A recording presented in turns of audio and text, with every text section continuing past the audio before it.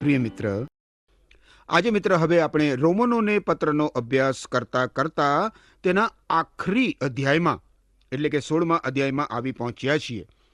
વારું મિત્ર, હવે તમે રોમનોને પત્રનો 16મો અધ્યાય જો વાંચી રાખ્યો હશે તો તમે જોઈ શક્યા હશો કે 16મા અધ્યાયમાં વિશ્વાસી વચ્ચેનો સંબંધ પ્રદર્શિત કરવામાં આવ્યો છે. રોમન લોકોને લખેલા પત્રના આ છેલ્લા અધ્યાયમાં પ્રભુ ઈસુ ખ્રિસ્તનો શુભ સંદેશ રોમન સામ્રાજ્યમાં જાણે પગરખા પહેરીને ચાલી રહ્યો છે. એ ઈશ્વર રહિત રોમન સામ્રાજ્યમાં આવેલા શહેરોમાં વિશ્વાસીઓ હતા જે પ્રભુ ઈસુ ખ્રિસ્તનો આનંદ પોતાના હૃદયોમાં ધરીને ઈસુ ખ્રિસ્તના શુભ સંદેશનો ફેલાવો કરતા કરતા શેરીઓમાં ફરતા હતા. એ જાણવાથી હું મારા હૃદયમાં રોમાંચ અનુભવું છું મિત્ર. રોમનોને પત્રમાં હું આ 16મા અધ્યાયને જાણકારી આપનાર મહાન અધ્યાય તરીકે જોઉં છું. પાઉલ સિદ્ધાંતોના શિખરેથી નીચે ઉતરીને હવે રોમની શેરીઓમાં પ્રવેશ્યો છે. 16મા અધ્યાયમાં આપણને વ્યવહારમાં મુકાયેલ ખ્રિસ્તીપણું જોવા મળે છે. પાઉલે જે મહાન સિદ્ધાંતો રજૂ કર્યા એ કોઈ અવકાશમાં છોડવામાં આવેલ પ્રક્ષેપાસ્ત્ર નથી, કોઈ રોકેટ નથી. એ તો એવા વાહનો છે જે રોમના માર્ગ ઉપર ફરવા લાગ્યા. પ્રભુ ઈસુ ખ્રિસ્તનો શુભ સંદેશ ત્યાં જીવનમાં અને વાસ્તવિકતામાં રૂપાંતરિત થયો. આ 16મા અધ્યાયમાં કુલ 35 વ્યક્તિઓના નામનો ઉલ્લેખ કરવામાં આવ્યો છે મિત્ર. એમાંના બધા જ કાં તો રોમમાં રહેતા વિશ્વાસીઓ હતા અથવા તો પાઉલ સાથે કરિન્થ શહેરમાં હતા. રોમન ફિલસૂફી અને વ્યવહારથી તદ્દન ઉલટું. એ લોકો વચ્ચે પ્રેમ અને કોમળ લાગણી હતા. આ વિશ્વાસીઓ તદ્દન જુદા હતા. વ્યક્તિગત શુભેચ્છાઓ એ શીર્ષક નીચે રોમનોને પત્રના 16મા અધ્યાયની પ્રથમ 2 કલમો જોશો તો પ્રેષિત પાઉલ એમાં કહે છે કે કેંખ્રિયાની મંડળીની સેવિકા તથા આપણી બહેન ફેબીને માટે હું ભલામણ કરું છું. ઈશ્વરના લોકોને શોભે તે રીતે પ્રભુના નામમાં તેનું સન્માન કરજો. તેણે ઘણા લોકોને તથા મને મદદ કરી છે, તેથી તે પણ જ્યારે તમારી પાસે મદદની માગણી કરે ત્યારે તેને સહાય કરજો. વિશ્વાસના શૂરવીરોની આ એક બીજી નામાવલી ફેબી નામની મહિલાનું નામ સૌ પ્રથમ આવે છે. ફેબી બિન યહૂદી મહિલા હતી.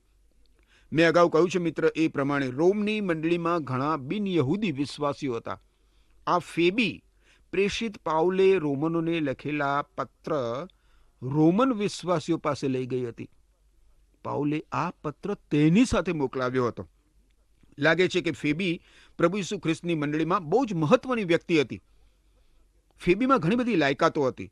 ફેબીને કેંખ્રિયાની મંડળીની સેવિકા તરીકે ઉલ્લેખવામાં આવી છે. એ તમે જોયું મિત્ર? કરિન્થ શહેરથી કેંખ્રિયા શહેર 8 થી 10 માઇલના અંતરે આવેલું હતું. હવે પાઉલ જ્યારે કરિન્થ શહેરમાં હતો ત્યારે તેણે આ રોમનોને પત્ર લખ્યો હતો અને ફેબી એ પત્ર રોમમાં લઈ ગઈ. આરંભની મંડળીમાં મહિલાઓ પણ મિત્ર કેટલી બધી મહત્વની કામગીરી બજાવતી હતી એ તમે જુઓ. પ્રેષિત પાઉલ હવે 3જી કલમથી ઘણા બધા સ્નેહીજનોને શુભેચ્છાઓ પાઠવે છે.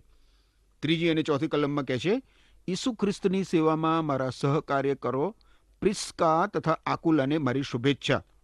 મારો જીવ બચાવવા તેઓએ પોતાના જીવ જોખમમાં મૂક્યા હતા. ફક્ત હું જ નહીં પણ બિન યહૂદીઓની મંડળીઓ પણ તેમની આભારી છે.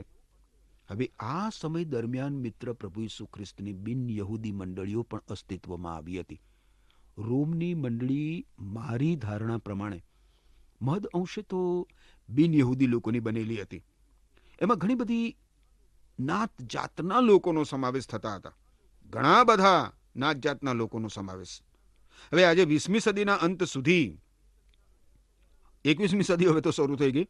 દુનિયાભરમાં અનેક નાત જાતના વિવિધ પ્રકારની માન્યતા ધરાવતા બધા જ ધર્મોના વિવિધ પાશ્ચાત્ય ભૂમિકા ધરાવતા અસંખ્ય લોકો પ્રભુ ઈસુ ખ્રિસ્તને શરણે આવીને પાપોની માફી પ્રાપ્ત કરી પ્રભુ ઈસુ ખ્રિસ્તની મંડળીમાં જોડાયા છે. કારણ કે ઈસુ ખ્રિસ્ત તો સમગ્ર માનવજાતના ઈશ્વર છે. એકલા ખ્રિસ્તી કુટુંબમાં જન્મેલા લોકોના જ નહીં મિત્ર. વારું, હવે 4થી કલમમાં આપણને બીજા 2 નામો જોવા મળે છે, પ્રિસ્કા તથા આકુલા. આ લોકો યહૂદી હતા. પ્રિસ્કા અને આકુલા એ યહૂદી નામ છે. આ પ્રિસ્કા તથા આકુલા કઈ રીતે પાઉલને અને મળ્યા અને કઈ રીતે એમણે પાઉલની મદદ કરી? હવે રોમ શહેરમાં યહૂદીઓ વિરુદ્ધનું મોજું ફળી વળ્યું હતું અને એના કારણે આકુલા અને પ્રિસ્કાએ રોમ શહેર છોડવું પડ્યું હતું. પાઉલ જ્યારે કરિન્થ શહેરમાં હતો ત્યારે તેઓએ કરિન્થ આવીને દુકાન ખોલી હતી. કરિન્થ ત્યારે એક મહત્વનું વ્યાપાર ઉદ્યોગનું શહેર હતું અને પાઉલ પણ ત્યાં તંબુ બનાવીને વેચવાનો ધંધો કરતો હતો. એ લોકો તંબુ બનાવનાર કારીગરો હતા, તેથી તેઓએ એકબીજા સાથે ભાગીદારી કરી. પાઉલે, પ્રિસ્કા અને આકુલાએ. આકુલા અને પ્રિસ્કાને પ્રભુ ઈસુ ખ્રિસ્તને શરણે પ્રેષિત પાઉલ લઈ આવ્યો અને પછી એ લોકો પાઉલ સાથે એફેસસ શહેરમાં ગયા. પ્રેષિતોના કાર્ય નામનું જે પુસ્તક છે બાઇબલમાં નવા કરારના વિભાગમાં, એના 18મા અધ્યાયની 27મી કલમ તમે જુઓ તો તેઓ આપોલસના મદદનીશ બન્યા હતા એવું લખવામાં આવ્યું છે. જુઓ શું કહે છે, આપોલસે ગ્રીસ જવાનો નિર્ણય કર્યો હોવાથી ત્યાં તેનો આવકાર થાય તે માટે એફેસસના વિશ્વાસીઓએ ગ્રીસમાં વસતા તેમના ભાઈઓ પર પત્રો લખીને તેને મદદ કરી. તે ત્યાં આવી પહોંચ્યો અને જેઓ ઈશ્વરની કૃપાથી વિશ્વાસીઓ બન્યા હતા તેમને ખૂબ જ મદદ કરતા થઈ પડ્યો. જોયું તમે? વારું. હવે 16મા અધ્યાયની 5મી કલમમાં આપણે જોઈએ. રોમન લોકોને લખેલો પત્ર 16મો અધ્યાય 5મી કલમ શું કહે છે? તેમના ઘરમાં સંગત માટે એકઠી મળતી મંડળીને પણ મારી શુભેચ્છા. આસિયા પ્રદેશમાંથી ઈસુ ખ્રિસ્ત પર સૌ પ્રથમ વિશ્વાસ કરનાર મારા પ્રિય મિત્ર એપાઇનેતસને શુભેચ્છા. પ્રેષિત પાઉલ આ પ્રમાણે કહે છે. હવે આપણે જોઈએ મિત્ર, તો આરંભમાં સ્થાનિક મંડળીના લોકો ઈશ્વરની આરાધના ભક્તિ માટે ઘરોમાં ભેગા થતા હતા, એકબીજાના ઘરોમાં. પ્રેષિતોના કાર્ય 12મો અધ્યાય 12મી કલમ, કોલોસી લોકોને લખેલો પત્ર 4થો અધ્યાય 15મી કલમ, કરંથવાસીઓને લખેલો પહેલો પત્ર 16મો અધ્યાય 19મી કલમ અને ફિલોમોનને લખેલો પત્ર 2જો અધ્યાય વગેરે સંદર્ભો આ બાબતને અનુમોદન આપે છે. પ્રભુ ઈસુ ખ્રિસ્તની 3જી સદી સુધી દેવળો બંધાયા નહોતા મિત્ર, અને એટલે આરંભમાં દેવળ અથવા તો મંડળીની વ્યાખ્યા મકાન અથવા તો ઇમારત નહોતી. પ્રથમ 3 સદી સુધી દેવળ અથવા તો મંડળી એટલે પ્રભુ ઈસુ ખ્રિસ્ત પર વિશ્વાસ કરનાર વિશ્વાસીઓનો સમૂહ એવી વ્યાખ્યા થતી હતી અને વિશ્વાસીઓ એકબીજાના ઘરોમાં ઈશ્વરની આરાધના ભક્તિ માટે એકઠા થતા હતા. 5મી કલમમાં આસિયા પ્રદેશમાંથી ઈસુ ખ્રિસ્ત પર સૌ પ્રથમ વિશ્વાસ કરનાર એપાઇનેતસ નામના માણસનો પણ ઉલ્લેખ કરવામાં આવ્યો છે. જુઓ 6ઠ્ઠી કલમ, તમારે ખાતર પુષ્કળ મહેનત કરનાર મારિયાને શુભેચ્છા. આ મારિયા એ યહૂદી નામ છે.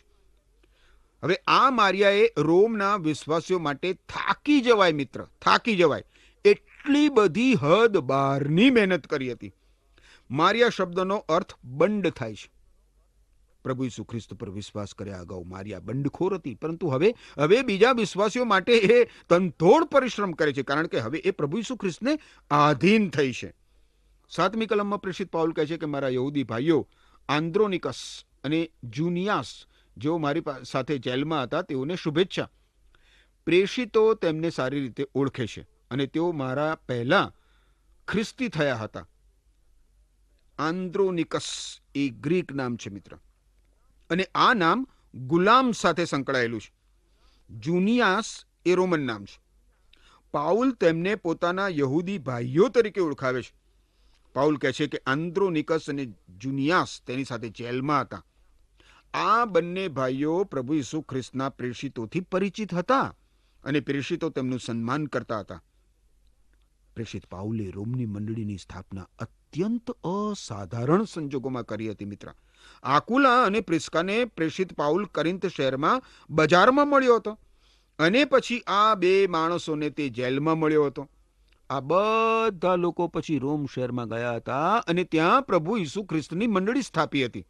આગળ 8મી અને 9મી કલમમાં કહ્યું છે કે પ્રભુની સંગતમાં મારા પ્રિય મિત્ર આપ્લિયાતસને શુભેચ્છા. ઈસુ ખ્રિસ્તની સેવામાં આપણા સહકાર્યકર ઉર્બાનસ અને મારા પ્રિય મિત્ર સ્તાખુસને શુભેચ્છા. આપ્લિયાતસ એ ગુલામોમાં રખાતું નામ છે મિત્ર.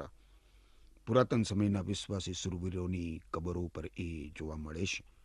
એ તો માન સન્માન ભરી જગ્યા છે. આપ્લિયાતસ પ્રેષિત પાઉલ દ્વારા પ્રભુ ઈસુ ખ્રિસ્તને શરણે આવ્યો હતો અને પાઉલના હૃદયમાં એના માટે સ્નેહભર્યું સ્થાન હતું. હવે 9મી કલમમાં આપણને ઉર્બાનસ એવું નામ જોવા મળે છે. ઉર્બાનસ એટલે શહેરીજન. આ નામ પણ ગુલામોમાં સર્વસામાન્ય હતું. આ ઉર્બાનસનો ઉછેર ગ્રામ્ય પ્રદેશમાં નહીં પણ શહેરમાં થયો હતો. ઉર્બાનસને વિશ્વાસીઓ મધ્યે પ્રભુ ઈસુ ખ્રિસ્તની સેવામાં પાઉલના સહકાર્યકર તરીકે ઓળખાવવામાં આવ્યો છે. સ્તાખુસ એ રાજવી ઘરાનાના કાર્યકર્તાઓમાંનો એક છે. આ સ્તાખુસ માત્ર પાઉલને જ નહીં પણ પ્રભુ ઈસુ ખ્રિસ્તની મંડળીને પણ પ્રિય હતો. 10મી કલમમાં પાઉલ અપોલોસ અને આરિસ્તોબુલસને શુભેચ્છા પાઠવે છે. જુઓ 10મી કલમ શું કહે છે. અપોલોસ જે ઈસુ ખ્રિસ્તને વિશ્વાસુ માલુમ પડ્યો છે તેને શુભેચ્છા. આરિસ્તોબુલસના કુટુંબીજનોને શુભેચ્છા. જોયું તમે? આપોલોસ એટલે માન્યતા પામેલો. આપોલોસ કાં તો ગ્રીક નામ છે અથવા તો યહૂદી નામ છે. એ નામ યહૂદીઓમાં સર્વસામાન્ય હતું. અપોલોસે ઘણી કઠણ કસોટીઓમાંથી પસાર થવું પડ્યું હતું. હવે લોકવાયકા તો એવી છે કે અપોલોસને સ્મરના શહેરનો અથવા તો હરક્લેયા શહેરનો ધાર્મિક આગેવાન બતાવવામાં આવ્યો છે. આરિસ્તોબુલસ એ એક સાક્ષર મહાન હેરોદના પૌત્ર તરીકે ઓળખાવે છે. 11મી કલમમાં શું કહ્યું છે? મારા યહૂદી ભાઈ હેરોદિઓનને શુભેચ્છા. નાર્કિસસના કુટુંબના ખ્રિસ્તી ભાઈઓને શુભેચ્છા. હેરોદિયન યહૂદી હતો મિત્ર. એ નામ હેરોદનું કુટુંબ દર્શાવે છે. મુક્ત કરાયેલા તાર્કિસસને અગ્રિપા રાજાએ મારી નાખ્યો હતો. હવે 12મી કલમ જુઓ. ત્રુફેના તથા ત્રુફેસાને મારી શુભેચ્છા. મારી પ્રિય મિત્ર પેર્સિસને શુભેચ્છા. તેણે પ્રભુને માટે ભારે જહેમત ઉઠાવી છે. હવે આ ત્રુફેના નામનો અર્થ થાય નાજુક અને ત્રુફોસા એ નામનો અર્થ થાય મનોહર. આ બંને મહિલાઓએ પ્રભુ ઈસુ ખ્રિસ્તનો સ્વીકાર કર્યો હતો. પ્રભુ ઈસુ ખ્રિસ્તને શરણે આવી હતી. તેઓ સુખી મહિલાઓ હતી અને તેમણે પ્રેષિત પાઉલને ટેકો કર્યો હતો. તેઓ બંને રોમની મંડળીમાં સાચી સેવિકાઓ હતી. પેર્સિસ એક બીજું નામ આપણને અહીંયા જોવા મળે છે, જેણે પ્રભુ ઈસુ ખ્રિસ્ત માટે ભારે જહેમત ઉઠાવી હતી. હવે પાઉલ રૂફસ નામના માણસનો ઉલ્લેખ કરે છે. 13મી કલમ જુઓ શું કહે છે. પ્રભુની સેવામાં પ્રખર કાર્યકર રૂફસને શુભેચ્છા. જો કે આ માણસ રૂફસ આ 16મા અધ્યાયમાં નેપથ્યમાં છે. એમ છતાં આપણે તેના વિશે ઘણું બધું જાણી શકીએ છીએ. રૂફસ એટલે લાલ. રૂફસને પ્રભુ ઈસુના પ્રખર કાર્યકર તરીકે ઓળખાવાયો છે. આ રૂફસ પ્રભુ ઈસુ ખ્રિસ્તની મંડળીમાં અગ્રસ્થાને હતો. પાઉલ અહીં રૂફસની માતાને પણ શુભેચ્છા પાઠવે છે. રૂફસની માતાએ એક દીકરાની જેમ પાઉલની મદદ કરી હતી.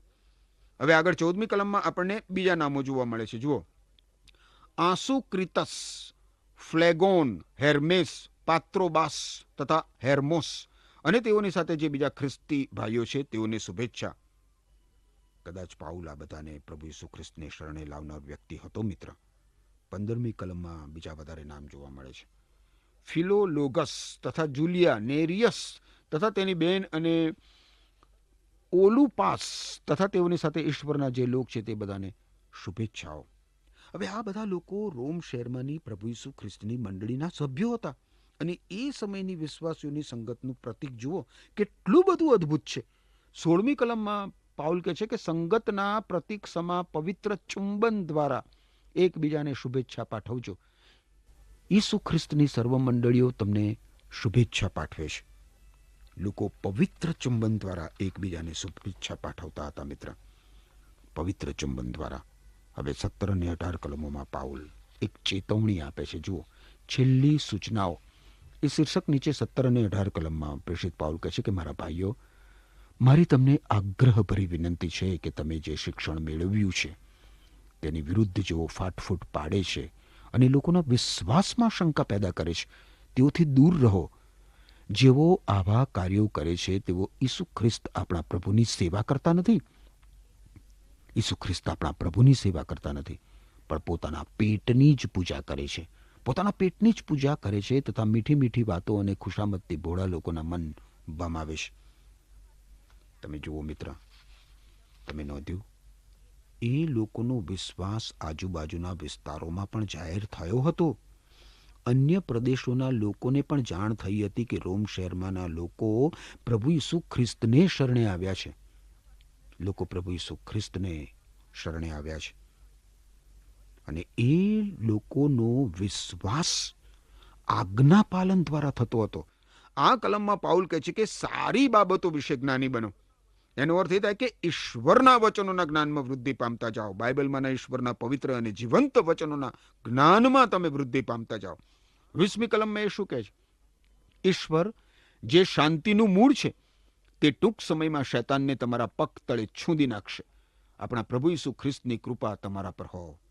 અદ્ભુત એવું આ વરદાન છે. આ કલમ પ્રમાણે શૈતાનને આપણા પગ તળે છૂંદી નાખનાર ઈશ્વર છે મિત્ર. આ હકીકત આપણે સદા ધ્યાનમાં રાખવા જેવી છે, પરંતુ આપણે શૈતાનનો સામનો કરવા માટે જાગૃત અને ગંભીર બનવાની જરૂર છે. 21મી કલમ હવે જોશો. મારો સહકાર્યકર તિમોથી તમને શુભેચ્છા પાઠવે છે. વળી મારા યહૂદી ભાઈઓ લુકિયસ, યાસન અને સોસીપાતર પણ શુભેચ્છા પાઠવે છે. આ બધા જ પાઉલના સહકાર્યકરો હતા મિત્ર. એ લોકો પણ પાઉલની સાથે સાથે રોમ શહેરમાંના વિશ્વાસીઓને શુભેચ્છાઓ પાઠવે છે. આમાંથી મિત્ર આરંભની મંડળીની વૃદ્ધિ માટે તિમોથીએ અગ્રિમ ભાગ ભજવ્યો હતો. એણે પાઉલ સાથે તેની દ્વિતીય પ્રચાર સફરમાં ભાગ લીધો હતો અને પાઉલ સાથે એ ફર્યો હતો. કેટલાક સમય બાદ પાઉલે એફેસસ શહેરની મંડળીમાં કાર્ય કરતા આ તિમોથીને 2 પત્રો લખ્યા હતા મિત્ર. નવા કરારમાં એ છે તિમોથીને લખેલો પહેલો પત્ર અને તિમોથીને લખેલો બીજો પત્ર. હવે 22મી કલમમાં પાઉલ તેર્તિયસ નામના માણસનો ઉલ્લેખ કરે છે. જુઓ 22મી કલમ શું કહે છે? હું તેર્તિયસ પ્રભુમાં તમને શુભેચ્છા પાઠવું છું. આહાહા, તમે જુઓ મિત્ર, પાઉલ પાસે એના પત્રો લખવા માટે મદદનીશો પણ હતા. ગલાતીને લખેલો પત્ર એમાં અપવાદરૂપ છે. હવે 23મી કલમમાં આપણને બીજા 3 નામો જોવા મળે છે. જુઓ 23મી કલમ શું કહે છે? અમારા યજમાન ગાયસ, કે જેમના ઘરમાં સંગતને માટે મંડળી એકઠી થાય છે, તેઓ તમને શુભેચ્છા પાઠવે છે. શહેરના ખજાનચી એરાસ્તસ અને આપણો ભાઈ કરવાતસ તમને શુભેચ્છા પાઠવે છે. પાઉલ ગાયસના ઘરમાં રહેતો હતો. એ પણ શુભેચ્છા પાઠવે છે. હવે 24મી કલમમાં પાઉલ આશીર્વચન ઉચ્ચારે છે. શું કહે છે? આપણા પ્રભુ ઈસુ ખ્રિસ્તની કૃપા તમારા સર્વ પર હો. આમીન. 25મી કલમમાં પાઉલ ઉત્તેજન આપતા કહે છે કે આપણે ઈશ્વરનો મહિમા આપીએ. આપણે ઈશ્વરને મહિમા આપીએ કારણ તે તેમના વિશ્વાસમાં દ્રઢ રાખવાને સમર્થ છે. મેં તમને ઈસુ ખ્રિસ્ત સંબંધીનો શુભ સંદેશ પ્રગટ કર્યો છે. વળી અનાદિકાળથી ગુપ્ત રાખવામાં આવેલો ઈશ્વરનો માર્ગ મેં તમને જણાવ્યો છે. એ માટે ઈશ્વરની સ્તુતિ થાવ. અનાદિકાળથી ગુપ્ત રાખવામાં આવેલો ઈશ્વરનો માર્ગ જૂના કરારમાં પ્રગટ નહોતો કરાયો મિત્ર. એ માર્ગ એટલે વર્તમાન સમયમાં ઈશ્વર યહૂદી તેમજ બિન યહૂદી બંનેને ઈસુ ખ્રિસ્તની મંડળી રૂપી શરીરમાં એક કરે છે એ. હવે 26મી કલમ જુઓ. સંદેશવાહકોના લખાણો દ્વારા તે ગુપ્ત સત્ય અત્યારે ખુલ્લું થયું છે. બધી પ્રજાઓ ઈસુ ખ્રિસ્તના શુભ સંદેશ ઉપર વિશ્વાસ કરી તેને આધીન થાય તે માટે સનાતન ઈશ્વરની આજ્ઞાથી તે તમને જણાવવામાં આવ્યું છે. અહીં મિત્ર આપણને વિશ્વાસીની આધીનતા જોવા મળે છે. જ્યારે કોઈ વ્યક્તિ પ્રભુ ઈસુ ખ્રિસ્ત પર વિશ્વાસ કરે ત્યારે તે ઈસુ ખ્રિસ્તને આધીન થશે. ઈસુ ખ્રિસ્તને આધીનતા એ વિશ્વાસનું કાર્ય અને વિશ્વાસનું પરિણામ છે. 27મી કલમમાં તમે જુઓ પ્રેષિત પાઉલ કેટલી અદ્ભુત ઝંખના પ્રદર્શિત કરે છે. એ કહે છે કે ઈસુ ખ્રિસ્તની મારફતે એકલા જ સર્વજ્ઞાની ઈશ્વરનો સર્વકાળ સુધી મહિમા હો. આમીન. શું તમે મિત્ર ઈસુ ખ્રિસ્ત ઉપર ભરોસો મૂકીને એ દૈવી સુખ પ્રાપ્ત કર્યું છે? આજે ઈશ્વર તમને એ તક આપવા માંગે છે. આમીન.